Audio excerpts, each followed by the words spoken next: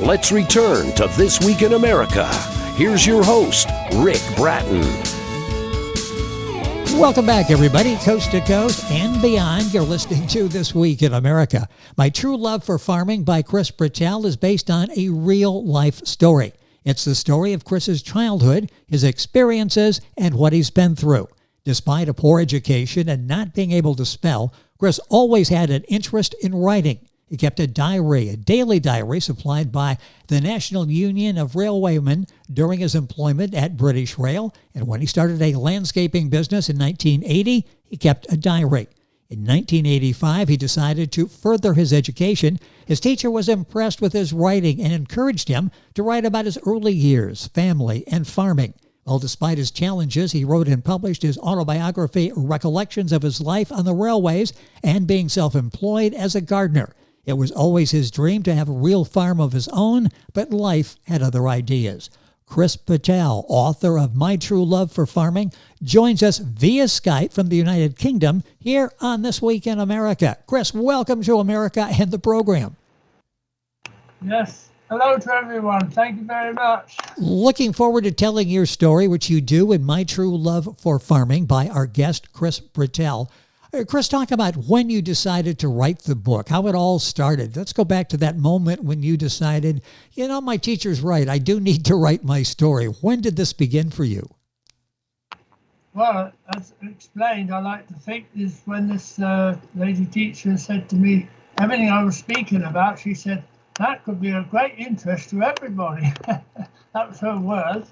So unknowingly, of course, but it just happened, I just got writing, and every 2 weeks I went along with what I've written. She said, that's very good, and so on and so on.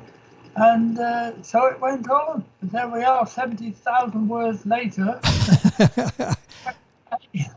And a story that is really, it's interesting to read what you went through. It's very relatable. We feel like we're there with Chris as he's going through his life. And it's a story where Chris has ups and Chris has downs. It's a good motivational and inspirational story for many people. Chris, talk about your childhood, because talk about ups and downs. You had that in your childhood, didn't you? You had the good times and you had bad times. Well, good and bad. When your mother decides to do things and without half the time telling you that what they're going to be doing, especially when you're going to move, it's a bit of a shock, isn't it? Yes. 6 years old I was then. And next minute we were where I am now, in Ringwood area, from Wraysbury, which I loved, really. Then I love places anyway, anywhere in the world almost. And we could see Windsor Castle. I loved seeing that. And I did recently, before our Queen did pass, of course, I wrote her a nice letter telling her about partly my story, but telling how much I loved seeing the Windsor Castle from where we lived. And she wrote back a lovely letter and sent me a lovely picture of herself, which I have put in the second book I've got just republished by autumn. Well, yeah, that picture is there along with the other pictures that will give you a glimpse into Chris's life and where he is now, what his life is like now. Can you describe, the title of the book is very simple. It's My True Love for Farming. You really developed a sort of a friendship and attachment to animals at an early age. Describe your life growing up and taking care of animals. Was it fun? Was it exciting for you? Yeah, I guess being with the animals much as anything, it was just it's something I loved. Cows, you can make friends of them in a funny kind of way. All these animals, and my mother's doggies and Alsatian doggies that we had, and I always given a lot of animals. Funny, I was given funny names, and there was one. Can I just tell you this story about our cow? One of the cows reacted to my calling her Scraggles. We haven't lost each other, have we? No, I'm just fascinated by the story and the love affair that you had with animals and animals had with you. Chris Brettell is our guest on the program. That's Brettell. The book available wherever books are sold. His website is My True Love for Farming by C. Brettell, basically the name of the book and his first initial and last name. And the book's available wherever books are sold, Amazon.com, GothamBooksInc.com. And you'll have a link directly to Chris's website and our website, thisweekinamerica.us. Chris, can you share some happy, unforgettable moments when you're taking care of the animals because you did have an attachment to them? Anything stick in mind? Well, as I wanted to go on to say about giving funny names to animals, and this particular cow used to call her Scragos, and more than once, of course. And one day she moved back. Gave me a move. So it's the most amazing thing for a cow to do, really, to think she's answered me after I called her a scrag. Oh, it was just so, I just couldn't believe it. And it's lovely. One of the lovely stories that that Chris talks about in his book, Chris Brettell is the author. The book is My True Love for Farming. So many stories growing up, what you went through. You had a television at an early age. You were like, 6 years old or something, and the family got a 9-inch television. What was that like, being able to watch the BBC on a 9-inch television screen? That's correct, yes. My father bought this television in the early days, about, if I remember correctly, it was about £100, and it's in 1950. So it was £100 like £1,000, really, but still. Well, yes. Did it, and I feel as I've taken after my father in lots of ways. We can, all of us do, one parent or another. And I like to think, I've made a good show. There's pictures of my father in the book, my book, of him when he was leading his troops in 1943. And it's a wonderful picture of him. And, I like to think I've taken a step from his. That is a good picture in the book. I came across that. I wanted to salute back to him. He really is an impressive figure, and that's just one of the many pictures in Chris's book, the book My True Love for Farming, Chris Brettell. If you're Googling that, that's Brettell, so you can find the book. What is an important lesson that you learned in your childhood what would it be? Was there something out of your childhood that was an important lesson that really shaped who you are? Well, it's difficult to answer that, really, because I didn't get a lot of help from my mother in regard to my education. She could have helped me a lot more because she was privately educated and didn't pass on to us, or to me anyway. Yes. So it's rather, a difficult time. You can't write or spell, and I think it's just parents just give up on you, kind of thing, But I like to think for other people, it's my thinking. I feel I made a lot of friends in my business and such like that this can apply to any of us. If you have difficulty with education. You might have it there and just need I needed somebody just to give me a guide, and that person did, and that's how I wrote this story. It's just unbelievable, really. I still can't believe I wrote this 70,000 word story, but it did. Yes, and that is maybe the most important lesson, or certainly one of the most important lessons that you get out of reading Chris's book, My True Love for Farming.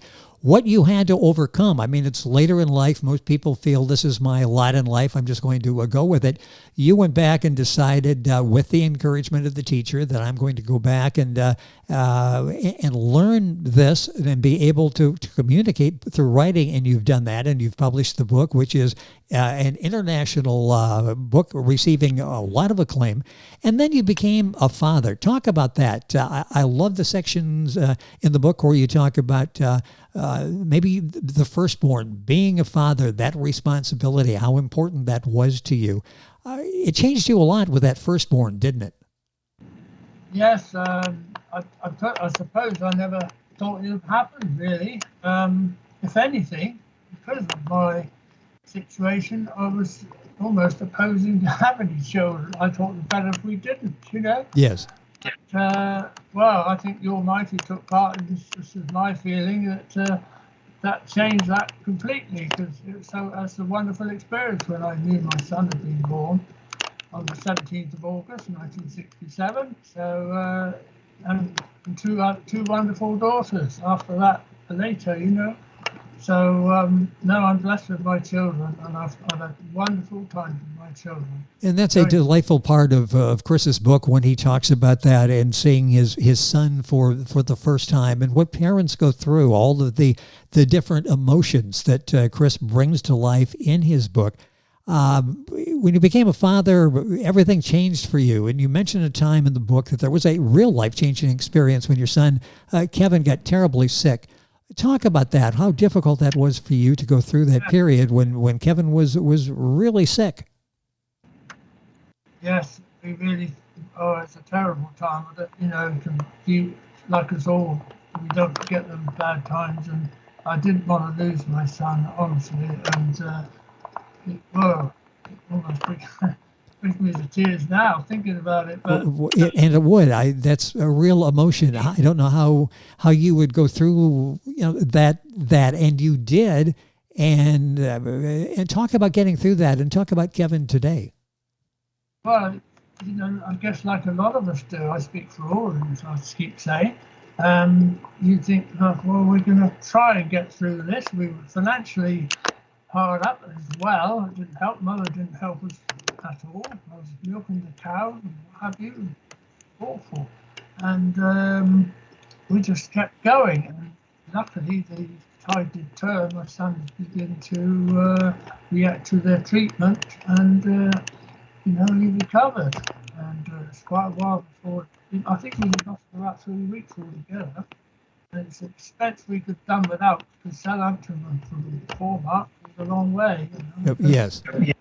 You understand that, of course. So, but the day came when we brought him home. My word, wasn't that a wonderful day? That has to be a moment that you will remember forever. The start of this long journey, and successful, and leaving the hospital. It's a story that all parents can relate to. Our guest on the program is Chris Brettell, Brettell, coming to us via Skype from the United Kingdom. He's the author of the book My True Love for Farming. It's his story, and it makes us reflect on our lives as we go through what Chris went through, and how being a poor student, he was able to go back to school, get the proper education in writing, and he's got a book now that's receiving critical acclaim, My True Love for Farming. Talk a little bit about the travels that you've had. You've been fortunate. I understand you've been in the United States recently. Talk about the different countries, the travel, and your perspective on that. You have to be a happy man today. Well, I've done something like, over the years, something like 26 countries. And sounds ridiculous, doesn't it? But it's in the book, and the most interesting about the tigers and the elephants and pictures. I took the interview book of me with this wonderful tiger that decided this was in Thailand, not Shanghai, north of Thailand, and this wonderful place where they look out to tigers and animals. So I picked the right place, and but anyway, we were told you could go in with the tigers if you wish. And my partner said, I'm not going with no tigers. I said, I am. I just wanted to be with the tigers. And I honestly, the moment, well, it was all the way. The person said to me, that's when we went to the plane, of course, he said, would you let us photograph you wandering about with the animals? I said, yes, I love it. Finest thing I could ever done, said yes. And on this occasion, when I gradually walked into the enclosure, it's not a cage, it's just an ordinary. This lovely tigress was laying by the pool, And just as I was actually putting hand on it, he said, whatever you do, don't put your hand on their heads. I don't like it. But I was you'll see the picture, about to touch her. Yes. And she's to her mouth having a yawn. I mean, most people say, well, I'd have ran away. Well, I thought about it, but I stayed. If I ran away, I wouldn't be telling you the story, would I? Well, So, that's true. That's true. Or being able to talk about the book and maybe even writing the book. The book is available. The book, by the way, My True Love for Farming by Chris Brettell, Brettell. Book available. Amazon, Barnes & Noble, GothamBooksInc.com, the publisher. Chris's website, and I'll give this to you again here in a few minutes as we conclude the conversation, is My True Love for Farming, name of the book, by C. Brettell, Brettell.com, and information on the book there as well. Chris, what was it like going back and telling all of these stories and going back and reflecting on your life and where you started, where you are now, successful in your career, successful and happy family man? What was it like for you going back and reliving all of these experiences? Well, I guess for a start, lots of people are interested in things you do say, and if you're quite well known, they know you're not telling the yarns or not making it up, and it's all true what you say. And I never say anything's not true because it's a waste of time, isn't it? Nobody takes any notice. If you exaggerate, I never exaggerate, and I like to put it across. That's how it happens. And I could have said I'd put my hand in the mouth. It's ridiculous. Well, that would be even more ridiculous, wouldn't it? But no, everything I say is right, and I don't exaggerate. It's just the way it happened, and I'm not lucky. It must be a world picture to have beside a tiger that's just opened her mouth wide, as if she's going to bite you, So that one is really wonderful for me, and it's in the book, as I say. I love the pictures. When you read reviews, many people talk about what a talented photographer you are as well. So many of these pictures taken by you that really are so well done. Do you enjoy photography as well? Well, I like to think, if I've heard you right, is that I have some, having a lot to do with animals. I think that's something to do with the way we are with them, and you're not going to harm them or anything. And these animals have senses long before you get near them, and that goes for most animals. And unless they want to bite you or something, but other than that, you can be safe with them, shall we say. And yes. Lots of experience with animals, my word I have. And it's just that's something I love about animals, and that's all there to it. And I told you I give most of the animals funny names, and especially my doggies, I used to wonderful names for them. And I used to say to them, now if you when you've got two of them, they growl at each other as if they're going to. I say to them, now look, I won't like you anymore if you're going to start fighting with each other. This sort of thing to them, And they respond. My wonderful animals they were, and I miss them terribly when they passed. But no, I had lots of Alsatian doggies, and my mother bred. That's in the story. You see, my mother bred these animals, and I really took a liking to them, and I had 6 of them through the years. Well, I love that relationship that Chris has with the animals. My True Love for Farming by Chris Brettell. We got a couple minutes left in the program. There were challenges, incredible challenge that you had to overcome. Talk briefly about falling under a train. You heard me right, falling under a train and somehow surviving. Tell me about that experience. Well, in 1966, this would be, and I remember it ever so well. April would be the exact month. And I'm not long taken up it's called a shunter's job, and they call them before I left Middlesex, called senior railwaymen. A much better name, really. But anyway, it's a shunting. If you understand shunting, it means dividing trains of all that, anything that needed to be done, the shunter did it. And I did the job very well, and I loved it too. And I love train announcing. But anyway, on this particular day, the train runs in at Bournemouth railway station, big station as it is, And I come from the opposite side, got underneath the train to break the vacuum pipes. Of course, if it's full of vacuum, there's no chance you could break those pipes, 21 per square inch. So there I was trying to get it parked. And next minute I heard Stanley say, it's a steam engine, I should haul the train. Right away, driver. No, I mean, it takes a minute or so for the steam to get going, steam engine to get going. Yes. And I, what shall I do to myself? Ridiculous, isn't it? Shall I lay down? I didn't fancy that. The reason I didn't fancy it is because some chappies not very clever with steam pipes. They didn't hang them up, and they used to swing about like blazes as the train went along, so you can imagine. And I thought I might get hit on the head with one of these steam pipes. And I thought, I'm going to dive out. Wow. I mean, it's ridiculous. I was looking at the train as it's moving, and I thought, my word, am I going to get through this? I'll either get killed or lose my legs. I must have sprung like a chicken. And, out I came, and I thought, my God, I don't know how I got through that situation, and I still don't, and it's hard to believe for anybody to believe it, possibly, but as I said, I don't say anything. Well, yeah, it's a remarkable story, and it's all in Chris's book. You struggle like everybody else. You had challenges, that in particular, life and death at that point.